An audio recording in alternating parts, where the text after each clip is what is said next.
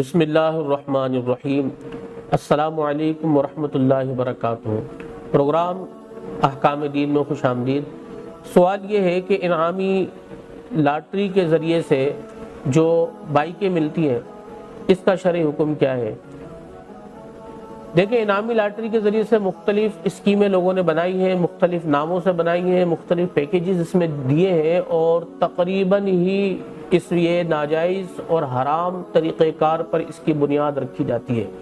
یہی وجہ ہے کہ اس کو علماء نے ناجائز و حرام کہا ہے۔ اس لیے اگر انعامی لاٹری کے ذریعے سے آپ بائک لینے کا ارادہ رکھتے ہیں تو فوری طور پر اس ارادے کو ترک کر دیں، اور اگر آپ اس میں ملوث ہو چکے ہیں تو اپنے دامن کو بچائیں، اپنے آپ کو اس سے نکالیے اور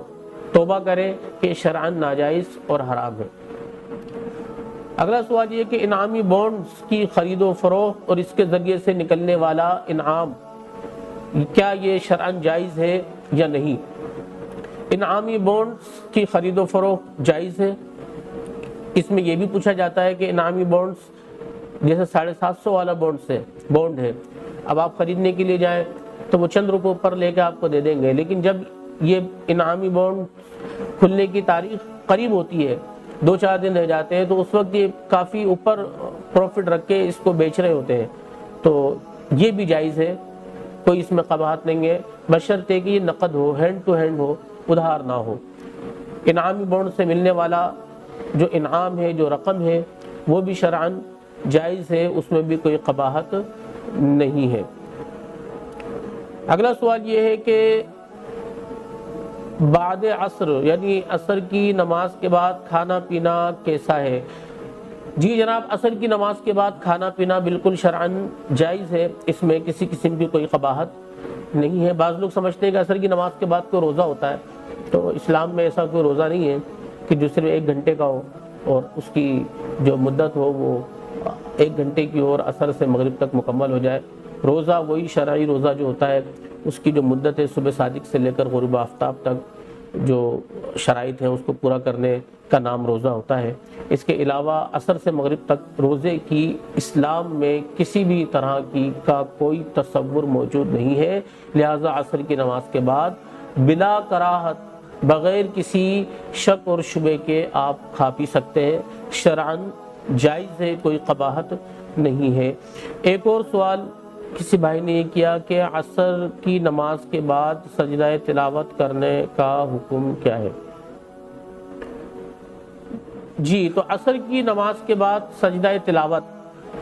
عصر کی نماز کے بعد 2 اوقات آتے ہیں۔ ایک تو عصر کی نماز کے بعد کا وقت، غروب آفتاب کا جو 20 منٹ جو آخری کے ہیں اس سے پہلے ایک وقت تو یہ ہے، اور ایک اخیر کے 20 منٹ، یعنی کہ جب مغرب کا وقت شروع ہونے میں 20 منٹ رہ جاتے ہیں یا غروب آفتاب میں 20 منٹ رہ جاتے ہیں، یہ جو آخری کے جو 20 منٹ ہے یہ مکروہ ہے، مکروہ اور سورج غروب ہونے کے، اس کے اندر کسی بھی طرح کی نماز جائز نہیں ہے، نہ فرض، نہ نفل، نہ قضا، نہ ادا، نہ سنت، نہ نفل، نہ واجب، نہ منت، کسی بھی طرح کی کوئی نماز اس کے اندر جائز نہیں ہے۔ ہاں،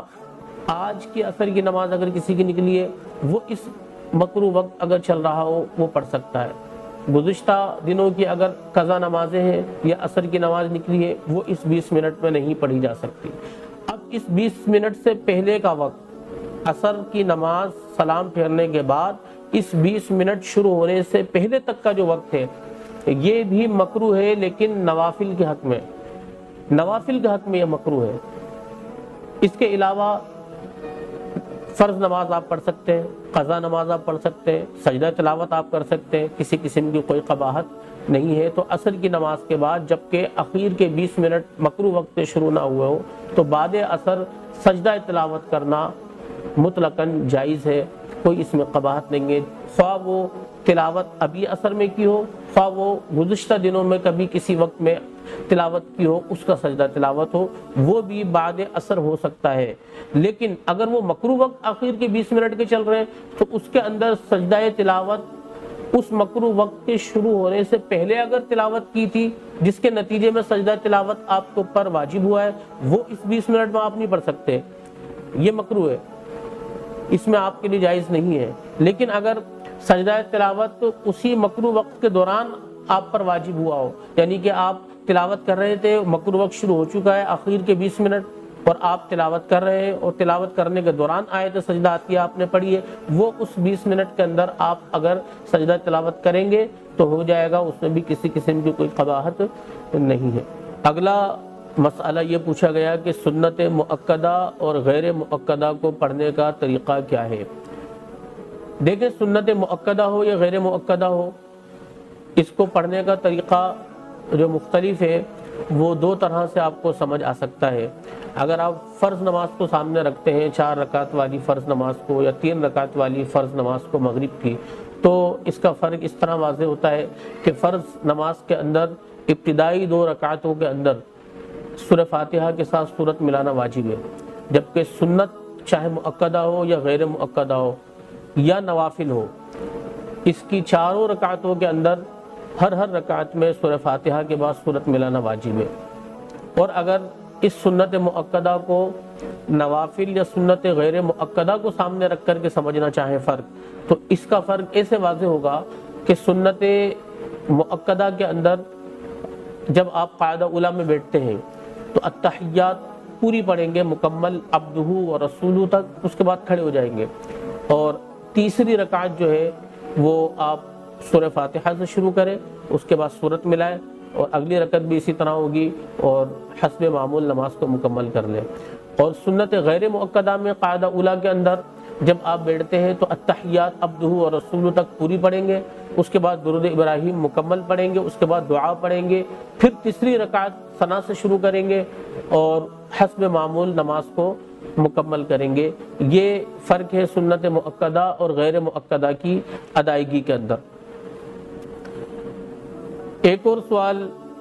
یہ پوچھا کہ ظہر کی سنت قبلیہ اگر نکل جائے تو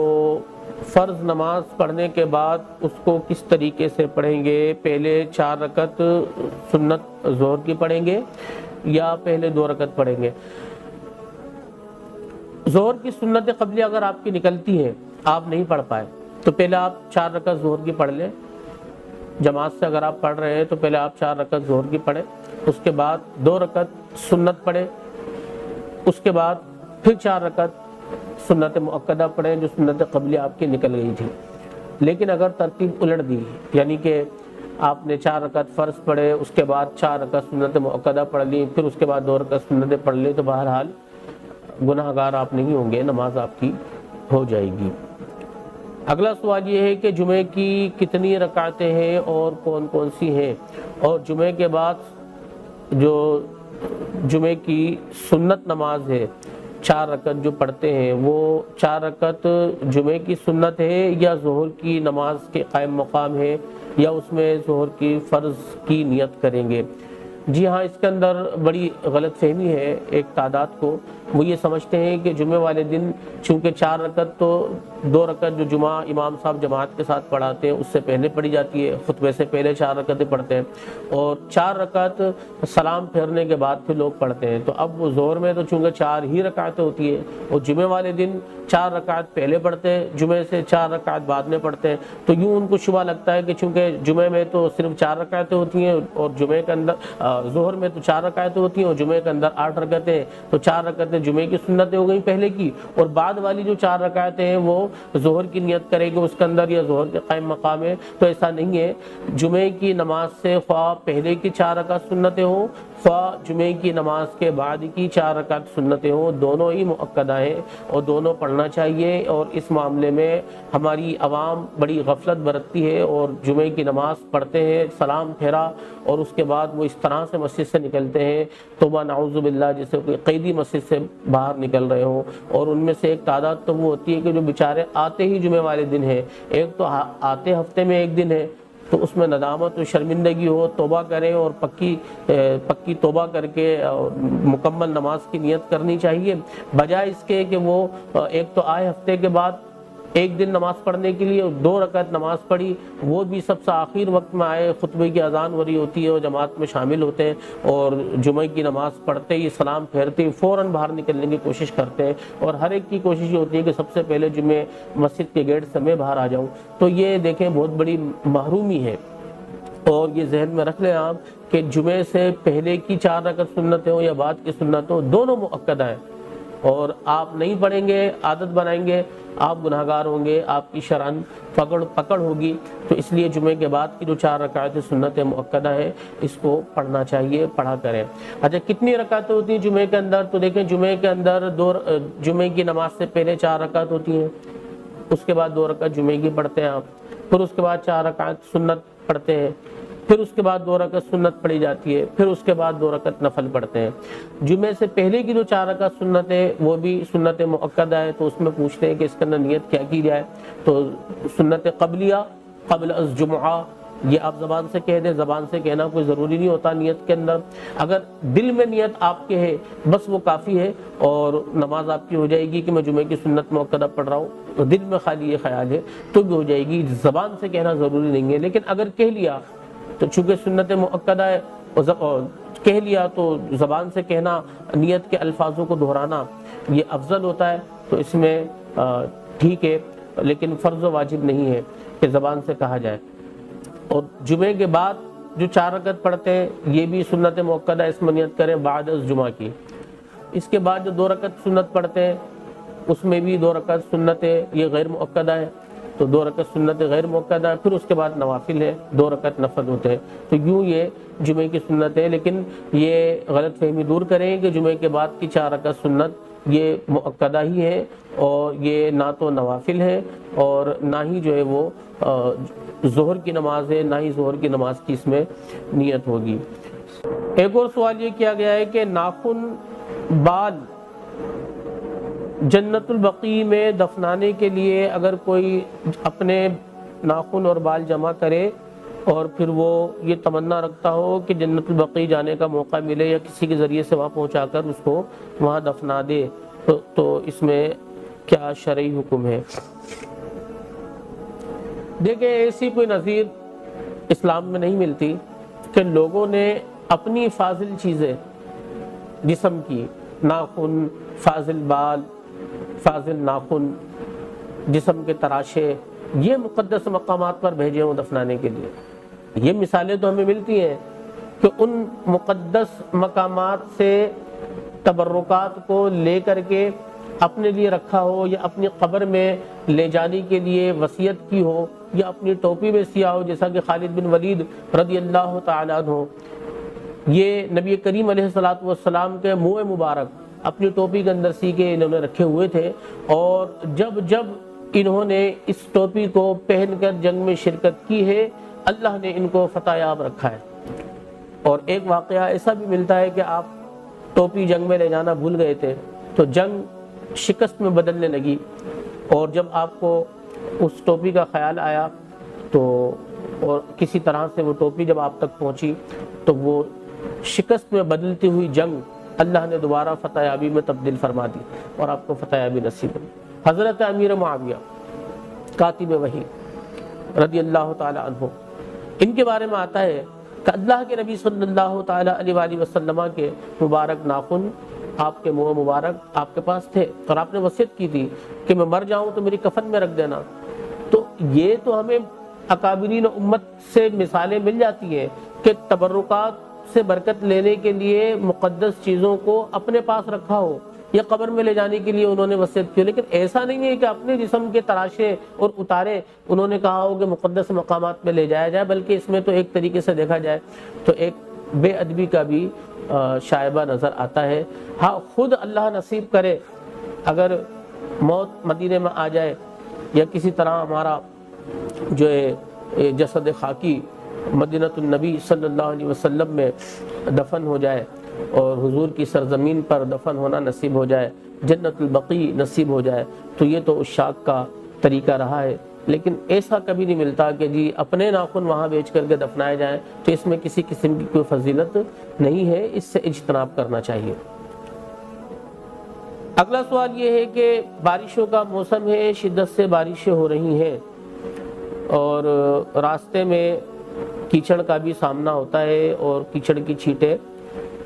کپڑوں پر لگ رہی ہوتی ہے، تو اسی صورت میں نماز کا کیا حکم ہوگا؟ جی راستے کا کیچڑ جب تک آپ کو یقینی طور پر معلوم نہ ہو کہ یہ ناپاک ہے، نجس ہے، اس وقت تک آپ اس پر ناپاکی کا حکم نہیں لگائیں گے، یعنی کہ پاک ہے، آپ اس میں نماز پڑھیں، نماز ہو جائے گی، بلا کراہت ہو جائے گی۔ دھو لینا بہتر ہے، دھو لیں تو ٹھیک ہے، نہ بھی دھویا نماز پڑھ لی تو اس میں کوئی حرج نہیں ہے، جب تک آپ کو یقینی طور پہ پتہ نہ ہو کہ یہ ناپاک ہے، یا کوئی شرعاً معتبر آدمی ہو وہ آپ کو کہے کہ جو کیچڑ لگی ہے یہ تو ناپاکی کے حصے سے اڑ کے لگی ہے آپ کے جسم پر، تو آپ اس کو ناپاک مانیں، یا پھر علامات ظاہر ہو رہی ہوں ناپاکی کی، ناپاکی کا اثر ظاہر ہو رہا ہو تو اس کو ناپاک کہیں، یا اپنے آنکھوں سے دیکھا ہو کہ اس کیچڑ کے اندر گندی نالی کا پانی ملا ہے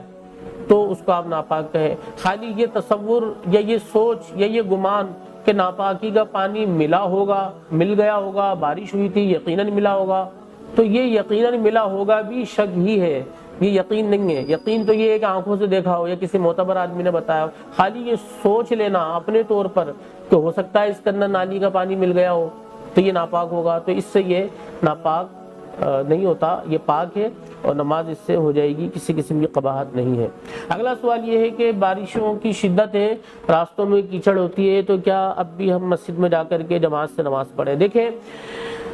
جماعت